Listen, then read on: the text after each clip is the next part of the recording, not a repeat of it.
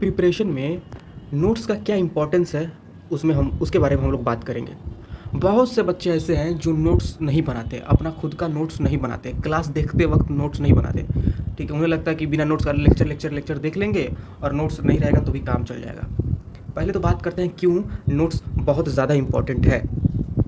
ठीक है, तो सबसे इम्पॉर्टेंट बात कि एक तो पहली बात ये रिवीजन में हेल्प करता है। ठीक है, जब भी आप रिवाइज़ करोगे तो आप लेक्चर खोल के थोड़ी ना देखोगे, आपने नोट्स बनाया हुआ है, नोट्स को पढ़ लिया, रिवाइज़ हो गया। कॉन्सेप्ट क्लैरिटी के अंदर बहुत इंपॉर्टेंट रोल होता है नोट्स का। आपने नोट्स पढ़ा और नोट्स पढ़ने के बाद आपने अपने ही दिमाग में विजुअलाइज़ किया और कॉन्सेप्ट को क्लियर कर लिया।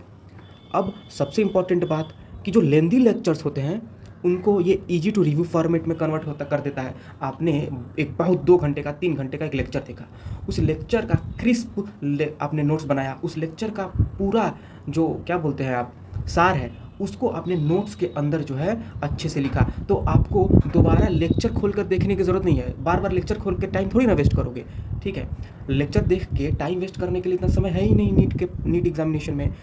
तो उस समय जो है लेक्चर्स ना देखकर जो नोट्स है उनको अगर रिवाइज कर ले तो टाइम तो बचेगा ही, और आपका मेमोरी जो है रिटेंशन वो भी बढ़ेगा और अंडरस्टैंडिंग भी बढ़ेगी। क्यों? क्योंकि नोट्स जो है आपने सेल्फ मेड बनाया था।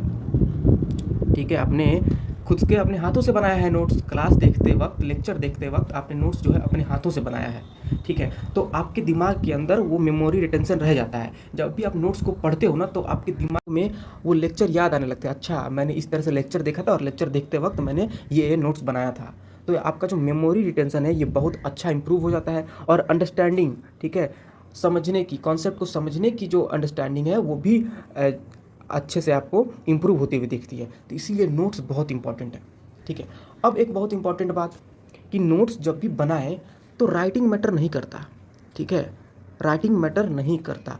ठीक है, आप किसी भी तरह से राइटिंग, किसी भी राइटिंग में लिखो, लेकिन हाँ ऐसी राइटिंग में मत लिखना कि खुद ही को ना समझ में आए।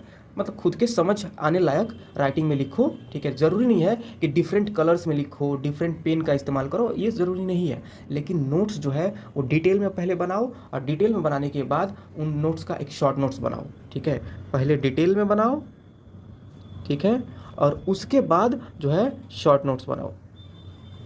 ठीक है, क्योंकि डिटेल नोट्स जब बनाओगे पहले तो वो पूरे चैप्टर का जो है आपको कॉन्सेप्ट क्लियर कर देगा। और शॉर्ट नोट्स तो है लास्ट में, अगर आपको कुछ दिन बचे हुए हैं या फिर कोई मॉक टेस्ट आ रहा है तो उसको शॉर्ट नोट्स के थ्रू आप रिवाइज करके टेस्ट दे सकते हो। तो that's why it's very important कि आप नोट्स खुद से बनाएं।